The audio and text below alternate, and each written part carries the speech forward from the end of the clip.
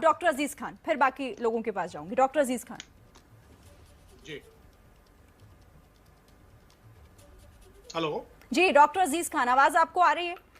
Sir, हाँ, क्या हो रहा है ये कासगंज में? यूपी पुलिस फिर से सवालों के घेरे में, और सवाल इस बार बड़ा है क्योंकि अपने ही बनाए हुए घेरे में फंस कर रह गई है। अब निकलेगी कैसे वो तो चलिए बात की बात है, लेकिन इतना बड़ा आरोप परिवार वालों की तरफ से भी लगाया जा रहा है, ये हो क्या रहा है? ये कानून में फंसता है उत्तर प्रदेश की।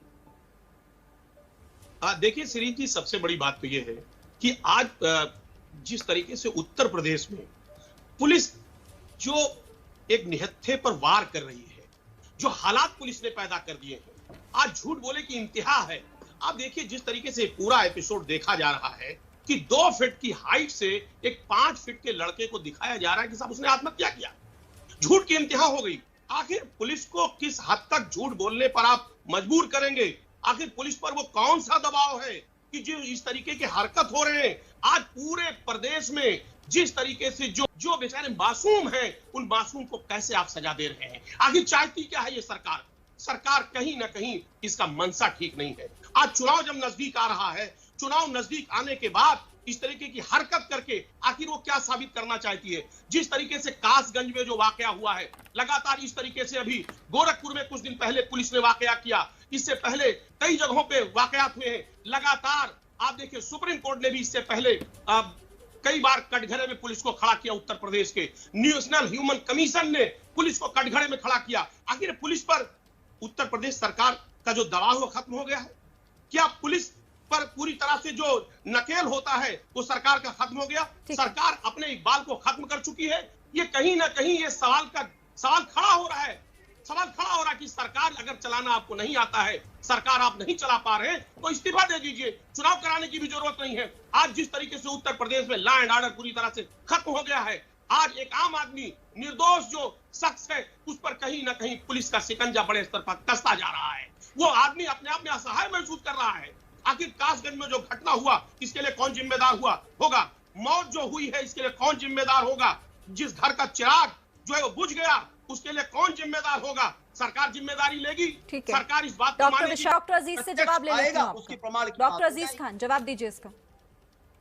देखिए शिरीन जी, अभी इनकी बात सुनिए। विशाल जी कैसे बात कर रहे हैं? शर्म नहीं महसूस हो रही है? कह साहब जांच होगी, उसके बाद इस पर सवाल खड़ा करें। साहब जिस घर का चिराग चला गया, जिस घर का चिराग चला गया, अरे साहब आप शर्मिंदगी नहीं महसूस कर रहे हैं आपको? जिस घर का चिराग चला गया, उसके चिराग को आप कैसे वापस करेंगे? कानपुर में व्यापारी की हत्या हो गई, कानपुर में व्यापारी की हत्या हो गई, क्या आप वापस करेंगे? जांच करने से क्या रिजल्ट आएगा? आज पुलिस को आपने छोड़ दिया है। पुलिस खुलेआम डकैती कर रही है। पुलिस बिल्कुल पूरी तरह से उस पर कंट्रोल सरकार का खत्म हो गया है। आखिर वो मौत हुई तो कैसे मौत हुई? कौन जिम्मेदार होगा उस मौत के लिए? आप जिम्मेदारी लीजिए। जांच से कुछ नहीं होने वाला है। आज तमाम निर्दोष ऐसे हैं जिनकी जांच जिनकी जाने जा रही है। कौन जिम्मेदार होगा इसके लिए? इस तरीके भरपाई कौन करेगा? जांच से भरपाई नहीं होगी। किसानों की जान चली गई, निहत्थे किसानों पर आपने गाड़ियां चढ़ा दी। जांच करते रहिए, जांच से क्या फर्क पड़ने वाला है? निहत्थे किसानों पर आपने गाड़ियां चढ़ा दी। तमाम तरीके का गोरखपुर में एक व्यापारी की हत्या हो गई। आज कासगंज में इतनी बड़ा वारदात हो गया। कौन जिम्मेदार होगा इसके लिए? कौन जिम्मेदार है? सरकार जिम्मेदारी नहीं ले रही है। बताइए उत्तर प्रदेश में जो भाग रही है सरकार। देखिए, ना ये राजनीति का विषय है और ना ही इस तरीके से एक दूसरे पर चिल्ला कर आरोप प्रत्यारोप करने का। तो चाहिए सरकार डेलीगेशन बनाए, सरकार अपनी प्रतिनिधि को भेजे, परिवार से मिलने का करे। बिल्कुल सरकार का काम है, सरकार करे, सरकार को करना चाहिए। देखिए श्रीन जी, अभी मैं सौरभ मालविया जी को सुन रहा था। एक बात आप समझिए, जब भी वारदात हो जाते हैं, सरकार कहती साहब एसआईटी गठित कर रहा हूं, उसकी जांच हो रही है। मैं जानना चाह रहा हूं कि अभी देखिए मनीष गुप्ता के केस में जिस तरह से पहले शुरुआती दौर में मारा गया, पुलिस ने मारा, हत्या किया, और उसके बाद Prashant Kumar ji ADG law and order बाकायदे स्टेटमेंट जारी करते हैं कि साहब वो सीढ़ी से गिर गए और मौत हो गई। देखिए किस कदर झूठ बोला जा रहा है। पहली बात, लखीमपुर में इतना बड़ा कांड हुआ, निहत्थे किसानों को कुचला गया, सुप्रीम कोर्ट ने बार बार दबाव बनाया, तमाम बातें हुई, मीडिया ने प्रेशर बनाया, बड़ी मुश्किल से एफआईआर दर्ज हुआ, और उसके बाद आज उस पर कार्रवाई सही तरीके से नहीं हो पाई है। अभी भी सही रिपोर्ट पहुंच नहीं पाई है। अभी भी वो बिल्कुल पूरी तरह से कोरा कागज पड़ा हुआ है, सिर्फ जांच हो रहा है। दूसरी बात मैं बताऊं, इंद्रकांत त्रिपाठी व्यापारी की हत्या हुई महोबा में, आप देखिए जो एसपी साहब है अभी भी फरार है, साहब जांच हो रही है, अभी एसपी साहब अभी उनको गिरफ्तार तक नहीं कर पाई है पुलिस।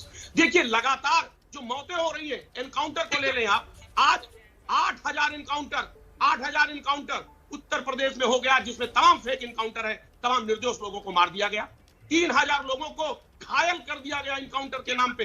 कई नाम मैं आपको बताना चाहूंगा, कई नाम है। आजमगढ़ में आप देखिए रामजी पासी को उनका एनकाउंटर कर दिया गया, आज बागपत में सुमित गुर्जर का एनकाउंटर कर दिया गया, आप नोएडा में एक युवक का एनकाउंटर कर दिया गया, पुलिस ही बाकायदे बाद में उसमें गिरफ्तार किया गया पुलिस को।